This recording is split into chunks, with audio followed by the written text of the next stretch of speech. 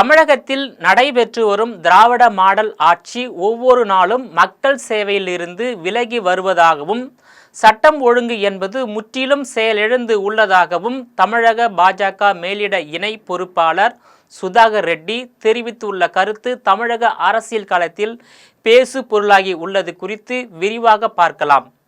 தமிழகத்தில் உள்ள திருச்சி விமான நிலையத்தில் செய்தியாளர்களிடம் பேசிய தமிழக பாஜக மேலிட இணை பொறுப்பாளர் சுதாகர் ரெட்டி, தொகுதி மறுசீரமைப்பு தொடர்பாக தமிழ்நாட்டில் முதல் அமைச்சர் மு.க.ஸ்டாலின் மற்றும் அதன் கூட்டணி கட்சியின் தலைவர்கள் தமிழக மக்களிடையே பொய்யான தகவல்களை பரப்பி வருவதாகவும், தமிழ்நாட்டில் கொலை, கொள்ளை, வழிப்பறி, ஆணவ படுகொலை, ஜாதிய மோதல் போக்கு, பெண்கள் மீதான பாலியல் வன்கொடுமை, மணல் கொள்ளை, இயற்கை வளத்தை சுரண்டி கொள்ளையடிப்பது, மக்களின் வரி பணத்தை கொள்ளையடிப்பது போன்ற பல வழிகளில் முறைகேடு செய்வது, ஊழல், லஞ்சம் போன்ற சம்பவங்கள் தொடர்ந்து நடந்து வருவதாக தெரிவித்தார். திமுக தேர்தல் நேரத்தில் கொடுத்த வாக்குறுதிகளை முழுமையாக நிறைவேற்றவில்லை. தமிழ்நாட்டில் திராவிட மாடல் ஆட்சி ஒவ்வொரு நாளும் மக்களுக்கு அளிக்கும் சேவையில் இருந்து பின்தங்கியும் விலகியும் வருகிறது. குறிப்பாக பொருளாதார வளர்ச்சி, மாநில வளர்ச்சி எதுவுமே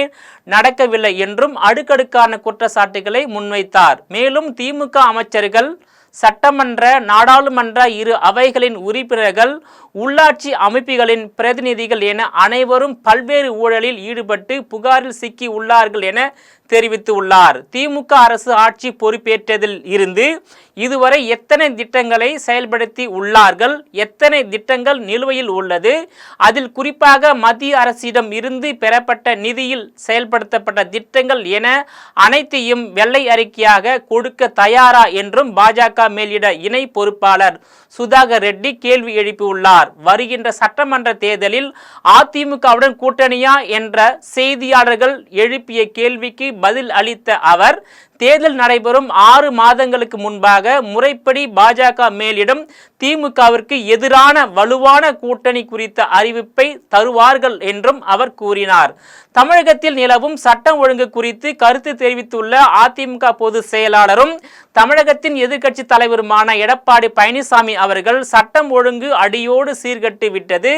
தமிழக காவல்துறை மட்டுமின்றி அனைத்து துறைகளிலும் ஊழல் தலைவிரித்து ஆடுகிறது என்றும், திமுக கூட்டணியில் உள்ள கூட்டணி கட்சிகள் மக்கள் பிரச்சனைகளை பற்றி பேசுவதில்லை, ஊழலை மூடி மறைக்கவே தொகுதி மறுவரையறை கூட்டத்தை திமுக நடத்தி இருப்பதாக குற்றம் சாட்டினார்.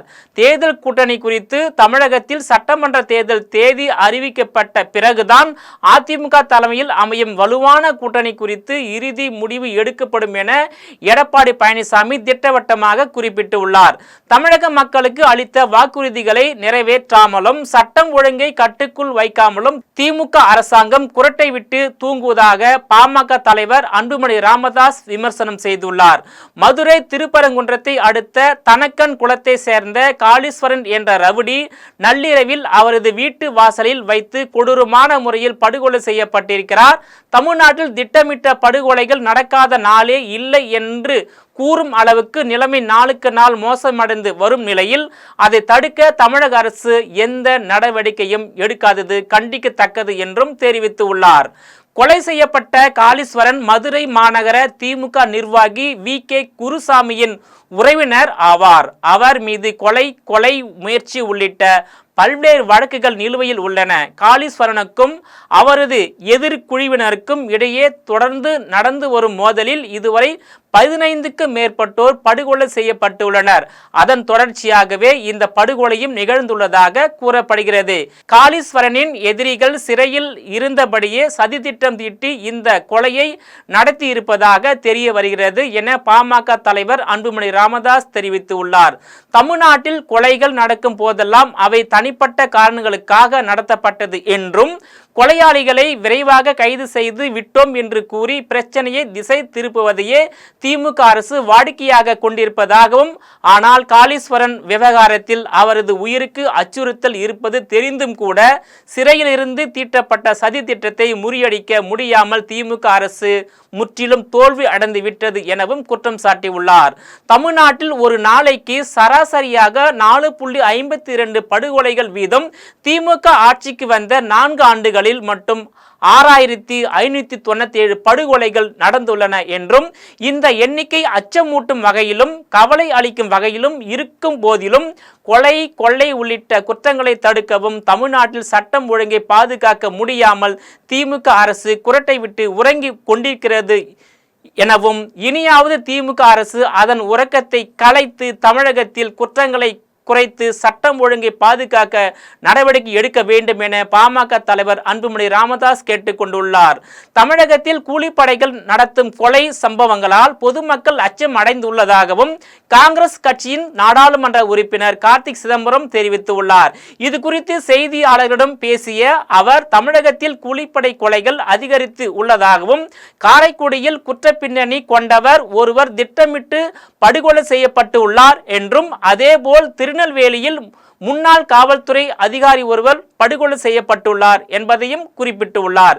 கூலிப்படைகள் நடத்தும் கொலை சம்பவங்களால் தமிழக மக்கள் அச்சம் அடைந்துள்ளனர் என்றும் திடீர் மோதல் காரணமாக நடக்கும் கொலைகளை தடுக்க முடியாது, ஆனால் கூலிப்படை மூலம் திட்டம் தீட்டி நடத்தும் கொலைவெறி தாக்குதல்களை நடத்துவது படுகொலை செய்வது போன்ற குற்ற சம்பவங்களை தடுக்க உளவுத்துறை மூலம் அரசாங்கம் இதனை கண்காணித்து கூலிப்படைகள் மீது தீவிர நடவடிக்கை எடுக்க வேண்டும் என காங்கிரஸ் கட்சியின் நாடாளுமன்ற உறுப்பினர் கார்த்திக் சிதம்பரம் வலியுறுத்தி கேட்டுக்கொண்டுள்ளார். நேயர்களை மீண்டும் இது போன்ற மற்றொரு நிகழ்ச்சியில் சந்திக்கிறேன். அதுவரையில் உங்களிடமிருந்து விடைபெறுவது நான் உங்கள் விஜயபாலன்.